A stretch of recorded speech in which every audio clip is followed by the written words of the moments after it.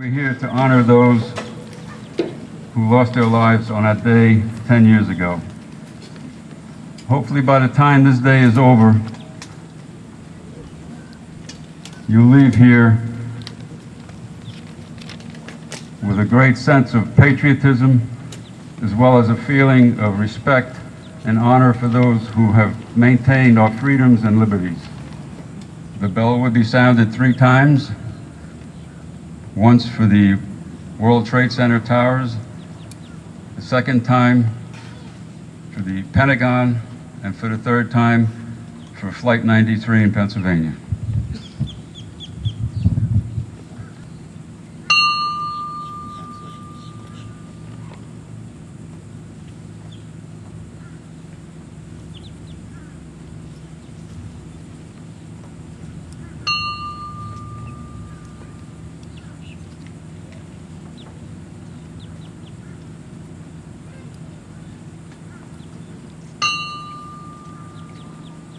And the first thing I'd like to do is to recognize American Legion Post 189, who will shortly be consecrating on this very site a memorial consisting of the twisted steel that was once part of those twin towers.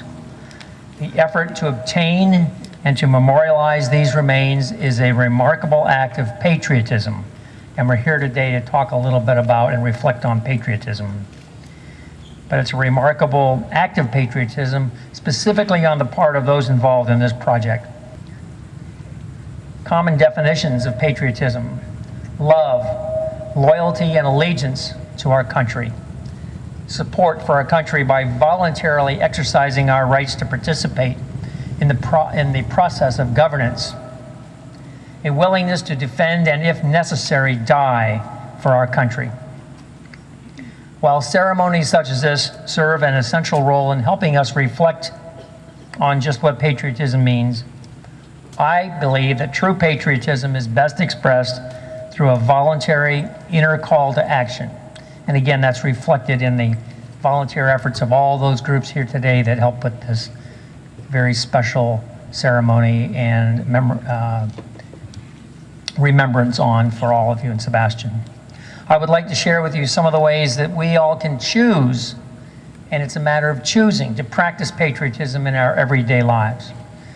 First and foremost, and I say choosing because one of our rights is to do as we please, so this is a choice. First and foremost, despite the challenges and opportunities that our country faces today, as patriots we can be ever mindful that our country is a beacon to all who cherish freedom and human rights, and that's important.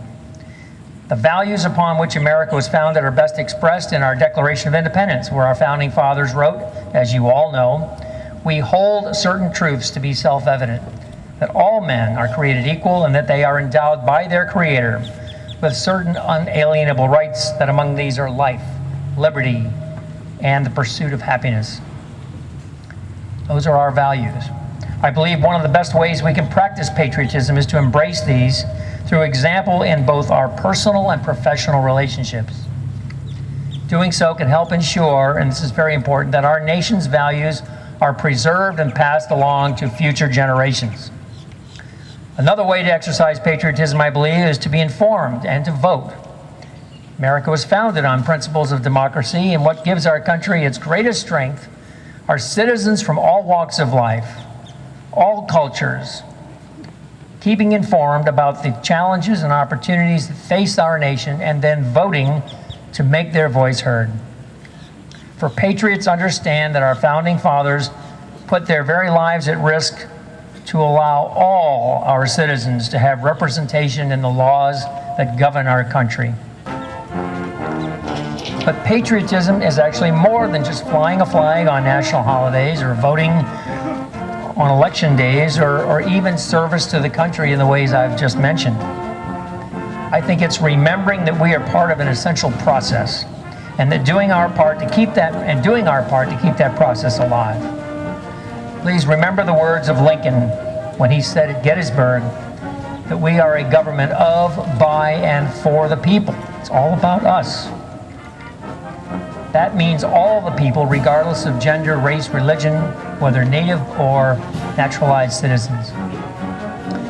Finally, patriotism is also remembering and honoring our nation's heroes, be they the thousands of innocent victims that have already been mentioned today in those horrible attacks of 9/11. It's remembering the work of our police, fire, and first response teams, and the hundreds of thousands of men and women who have died or suffered serious injuries throughout the years that this nation was first founded, rendering service to this country. President Calvin Coolidge once said that the nation which forgets its defenders will itself be forgotten. As a nation of freedom-loving people, we owe it to all those men and women and to those still serving to appreciate the sacrifice that they've made for us. And I believe we owe it to ourselves as patriots, and as I mentioned earlier, to those who come after us, to ensure that future generations of Americans understand and, most importantly, remember that freedom we cherish is neither free nor can it long be taken for granted, lest we forget. Thank you very much for your attention.